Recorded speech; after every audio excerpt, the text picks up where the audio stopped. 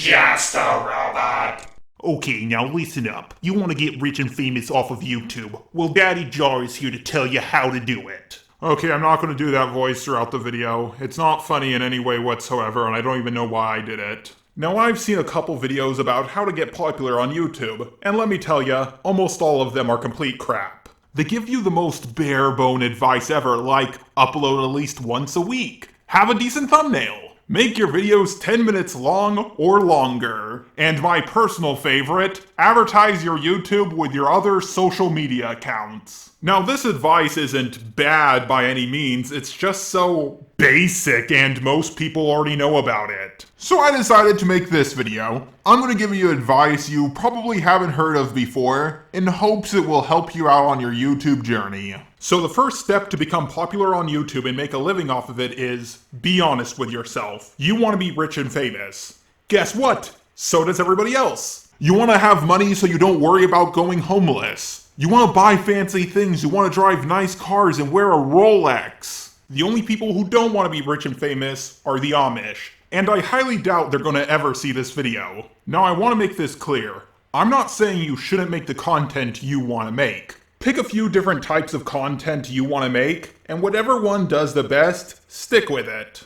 Also, whatever content you stick with, make sure you're ready to jump off that bandwagon whenever it starts to slow down. Allow me to give an example with Shady Do-Rags. He's been a fan of me since I pretty much started on YouTube. His channel was growing extremely slowly. Then he did a video on BoJack Horseman and it blew up. He did a few more videos on BoJack Horseman and they also did really well. And now he's at 10k subscribers, so he should just focus on BoJack Horseman, right? Wrong. If Shady Do-Rags does just focus on BoJack Horseman and nothing else, his channel is going to grow extremely fast. But then BoJack Horseman, like all things, is eventually going to end. Even if the show goes for 20 seasons, the hype around it is going to slowly die off. In fact, it already started to do that after season 5. So what should Shady Do-Rags do? Well, he could do a thing I like to call preparing for a rainy day. Now, of course, I don't mean that literally. I mean it in a figurative sense. While he's doing videos on BoJack Horseman, he should also talk about other cartoons to see how well they do. For example, his videos on Disenchanted. Oh, I'm sorry, Disenchantment. Even though we all know they would have called it Disenchanted if that name wasn't already taken. You need to think logically about your audience. If people are fans of BoJack Horseman, that probably means they have a Netflix account. And since BoJack Horseman is a cartoon, it also probably means they like cartoons. What Shady Do-Rags fans want from him is for him to review Netflix cartoons. Another example is Kuro the Artist. His channel was growing extremely slowly, but then he did a video on Alien X from Ben 10 and it blew up. And now Ben 10 content is what his audience really wants from him. He's still trying to figure out how to branch out his content, and I'm sure he will figure it out eventually. What I recommend to Kuro the Artist is to think about what Ben 10 fans also like. Then do a video on Ben 10 and whatever subject he wants to talk about next in the same video. That will get his Ben 10 fans interested in what he's now talking about, and then he can start talking about whatever series he wants to talk about next. Now I know what some of you are thinking, but Shady Do-Rags and Kuro the Artist already got the ball rolling. I still have a couple hundred subscribers. How do I get lucky like they do? Now, for those of you who are commenting down below, there's no such thing as luck, I agree with you. There's no such thing as luck, just like there's no such thing as happiness. You can't go to the store and buy it. However, if you win the lottery, you didn't do that because you're skilled. You did that because you got lucky. But here's the thing. Luck is completely overrated. Many people who win the lottery end up going broke. So when you finally do get lucky and a video blows up, that's when it's time to up your game. For example, I did a review on a Gumball episode. Since it did so well, I decided to immediately do another Gumball review.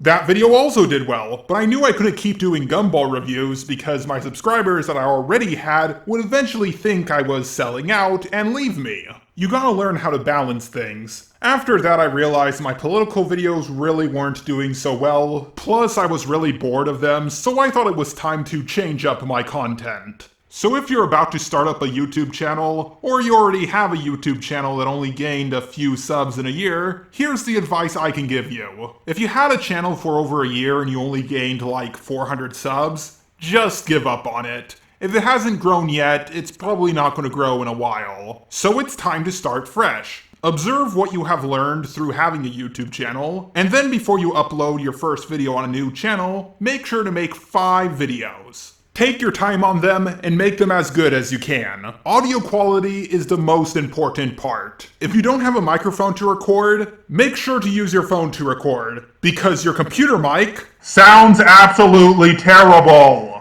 You don't need good equipment to make good videos. Grade A Under A uses MS Paint, Windows Movie Maker, and he records himself with his phone. When a trending topic pops up, jump on it. And then with the 5 videos you already made, upload them once a week. That will give you time to work on other videos, allowing you to make them as good as you possibly can.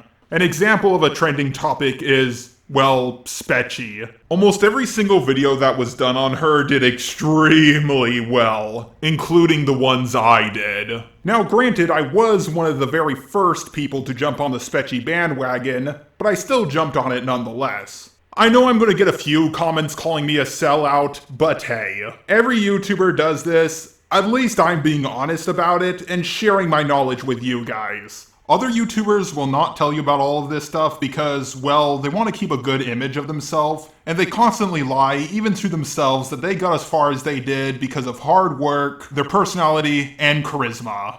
Trending topics come and go. First it was gameplay videos, then it was reaction videos, and I predict that the next big thing is going to be people reading off stories that they found on Reddit. I've been seeing more and more of those channels popping up, and they're growing crazy fast.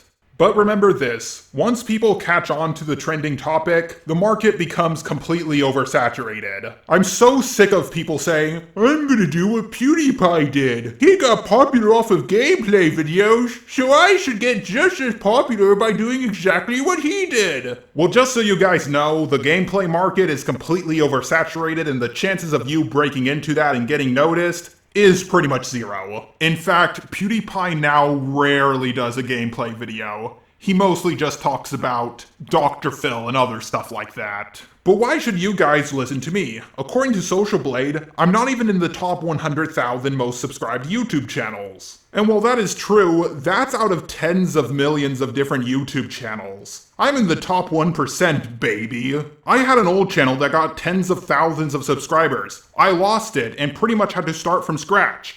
Guess what? Now I have over 100,000 subscribers. I got much bigger in way less the time. How did I do it? I learned what worked and what didn't work. Most YouTubers I've seen, once they lose their channel, they almost never get to where they were before. But I got back up to where I was in less than a year, so I think I'm qualified to give advice on how to grow a YouTube channel. The last piece of advice I'll give you guys is, make multiple channels. That's what I did. I just kept on throwing stuff at the wall to see what stuck. And out of all the different personalities I had, myself, the robot one, an angel, a demon, the robot one is what worked out. But I still took a few of the videos from my old channels that did really well and remade them using my Just a Robot character. For example, I did a video on everything Sonic the Hedgehog ripped off from Dragon Ball, and a video on what if Goku was a woman. And I remade them with my robot persona. Guess what? They did extremely well again.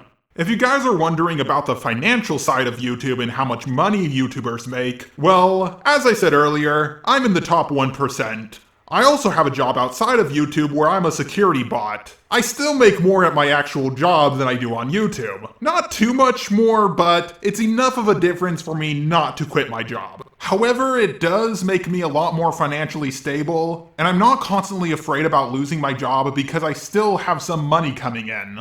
Would it be cool to be completely living off of YouTube? Hell yeah, it would. But until then, I'm happy with what I got. Also, I know a few of you are wondering about the new background. Well, if you want to check it out, I will comment it down below, and it will be linked in the description. I'm going to be flipping between this one and my old one, just to give you guys something new to look at.